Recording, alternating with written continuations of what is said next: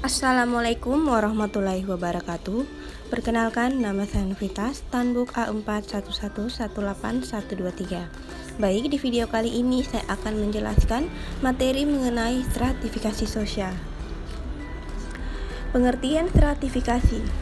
Stratifikasi sosial menurut Dr. Robert M. Z. Lawang adalah penggolongan orang-orang yang termaksud dalam suatu sistem sosial tertentu ke dalam lapisan-lapisan hierarkis menurut dimensi kekuasaan, privilege, dan prestis. Stratifikasi sosial menurut De Hedropospito adalah tatanan vertikal berbagai lapisan sosial berdasarkan tinggi rendahnya kedudukan. Dan slide selanjutnya yaitu dasar-dasar pembentukan pelapisan sosial. Proses terbentuknya stratifikasi sosial terjadi melalui dua cara. Yang pertama, terjadi secara alamiah selaras dengan pertumbuhan masyarakat, dan yang kedua, terjadi secara disengaja atau direncanakan. Manusia, ukuran atau kriteria yang menonjol atau dominan sebagai dasar pembentukan pelapisan sosial adalah sebagai berikut. Yang pertama, ukuran kekayaan. Ukuran kekayaan adalah kepemilikan harta benda seseorang yang dilihat dari jumlah materi saja. Kekayaan atau materi dan kebendaan dapat dijadikan ukuran penempatan anggota masyarakat ke dalam lapisan-lapisan sosial yang ada.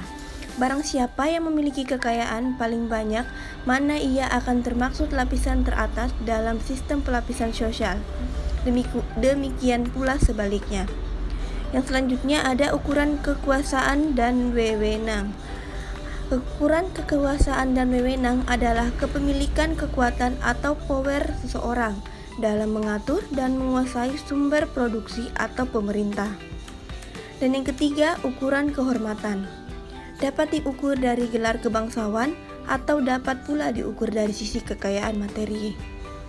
Dan keempat, ukuran ilmu pengetahuan. Ukuran ilmu pengetahuan sering dipakai oleh anggota-anggota masyarakat yang menghargai ilmu pengetahuan. Seseorang yang paling menguasai ilmu pengetahuan akan menempati lapisan tinggi dalam sistem pelapisan sosial masyarakat yang bersangkutan. Yang selanjutnya ada jenis-jenis stratifikasi sosial. Ada beberapa jenis stratifikasi sosial dalam masyarakat. Biasanya hal ini terkait dengan nilai dan norma yang berlaku di dalam masyarakat tersebut.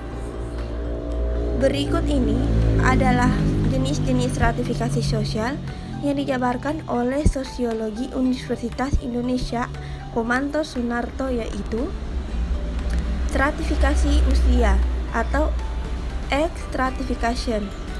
Dalam sistem ini, stratifikasi anggota masyarakat yang lebih muda memiliki hak dan kewajiban yang berbeda dengan anggota masyarakat yang lebih tua.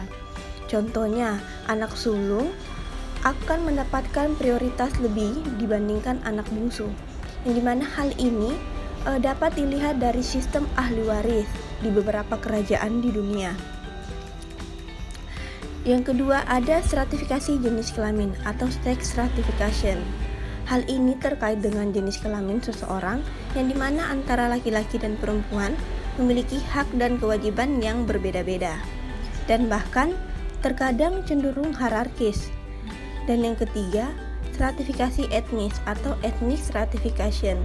Stratification ini berhubungan dengan posisi kelompok etnis tertentu terhadap kelompok etnis lainnya. Dan yang selanjutnya ada stratifikasi ras atau racial stratification. Stratifikasi ini menekankan pada aspek ras manusia sebagai pondasi membentuk struktur masyarakat. Stratifikasi ini adalah sisa-sisa dari periode imperialisme dan kolonialisme, misalkan politik apartheid di Afrika Selatan maupun masa-masa Holocaust saat Jerman Nazi berkuasa di Eropa. Adapun sifat-sifat stratifikasi sosial. Yang pertama, stratifikasi sosial tertutup. Stratifikasi sosial tertutup merupakan bentuk stratifikasi yang setiap anggota dari stratanya surat melakukan mobilitas vertikal. Mobilitas dalam stratifikasi ini hanya terbatas pada mobilitas horizontal. Oleh karena itu, stratifikasi sosial ini bersifat diskriminatif.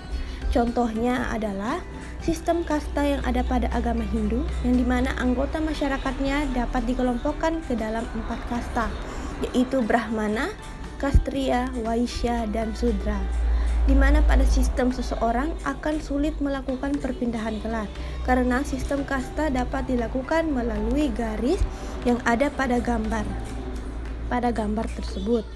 Yang kedua, stratifikasi sosial terbuka. Stratifikasi sosial terbuka adalah bentuk stratifikasi yang memiliki sifat dinamis yang memiliki kemungkinan mobilitas yang sangat besar. Maksudnya, setiap anggota strata dapat berpindah-pindah dengan bebas dalam strata sosial, baik vertikal maupun horizontal. Maupun kenyataan, mobilitas ini harus melalui perjuangan yang berat. Kemungkinan untuk berpindah dalam strata ini selalu ada. Contohnya, seseorang yang semula pekerjaannya hanya sebagai staf dan bisa di bank, kemudian mendapatkan promosi untuk menjadi manajer di cabangnya. Adapun contoh gambar dari stratifikasi sosial terbuka sebagai berikut.